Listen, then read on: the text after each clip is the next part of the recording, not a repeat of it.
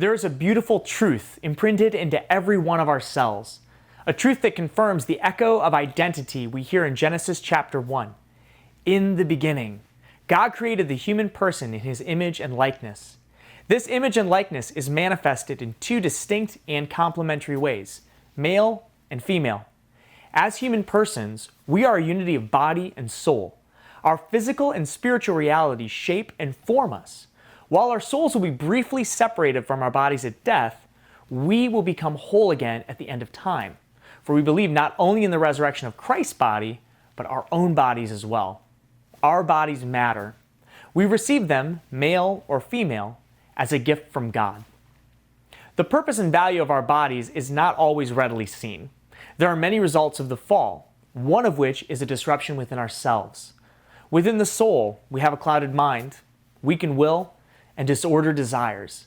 Because of this, we have a tendency towards sin called concupiscence. We also experience a disconnect with our bodies. For many of us, this displeased feeling we have when we look in the mirror, too tall, too short, too fat, too skinny, my nose is too big, my hips are too wide, my muscles aren't quite toned enough. Some of us experience this disconnect in the opposite way, though. We value our appearance above all else and become prideful, reducing ourselves to just a body. For some, this disconnect with the body's attributes manifests itself in an extreme, unhealthy way, such as eating disorders or medically unnecessary plastic surgery. And for others, this disconnect is not simply with one attribute of the body, but with the entire body itself. The experience of gender discordance varies from person to person. For some, it's a disconnect with gender stereotypes or roles. Stereotypes can be absorbed in a variety of ways, including family modeling and expectations, peer groups, and media portrayals. When negatively imparted, these roles can wound rather than guide. If a child does not relate to the way their sex is portrayed, they may feel disconnected. If this deepens over time, a teenager may come to your youth group feeling disassociated from his or her biological sex. The disconnect can also resolve itself if the person senses the stereotype shift or they become more comfortable with being different from the norm they saw in their childhood. For others, the discordance with one's body begins at a young age and persists into adolescence. This is a psychologically diagnosable condition known as gender dysphoria. It's important to remember that sorting through an individual's experience of their biological sex is complex and deeply personal. Any sort of diagnosis of the teen is beyond the scope of youth ministry.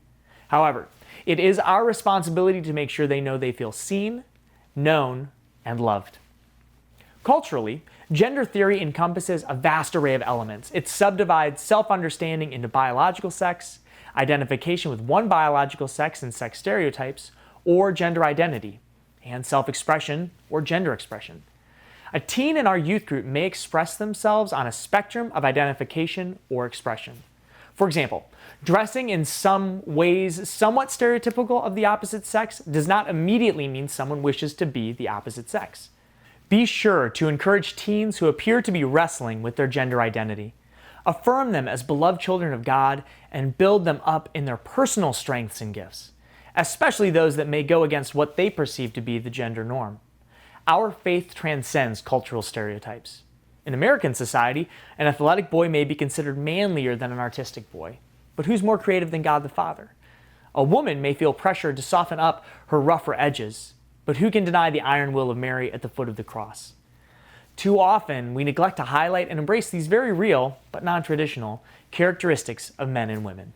While many teens are quick to define themselves with cultural labels, they're still in the process of determining what those labels mean to them. As a core member, standing firm in the truth of our creation is important, but those experiencing gender discordance still need to make sense of their feelings in relation to this truth. Answering questions about their experience can lead to much-needed self-reflection. The questions you ask will depend on your relationship with the teen and will also be affected by the degree to which the teen opens up as the conversation proceeds. The following are some questions that may be helpful. How long have you felt this way? What has it been like for you? When did you begin telling others? What was that experience like? What about the opposite biological sex do you identify with? What's been difficult with you about being the given biological sex that you are? What do you think are the stereotypes around being a given biological sex? How do you feel about them? We've talked about personal identity in youth group before. What are your thoughts on it? You may know a teen, their history, and their family quite well.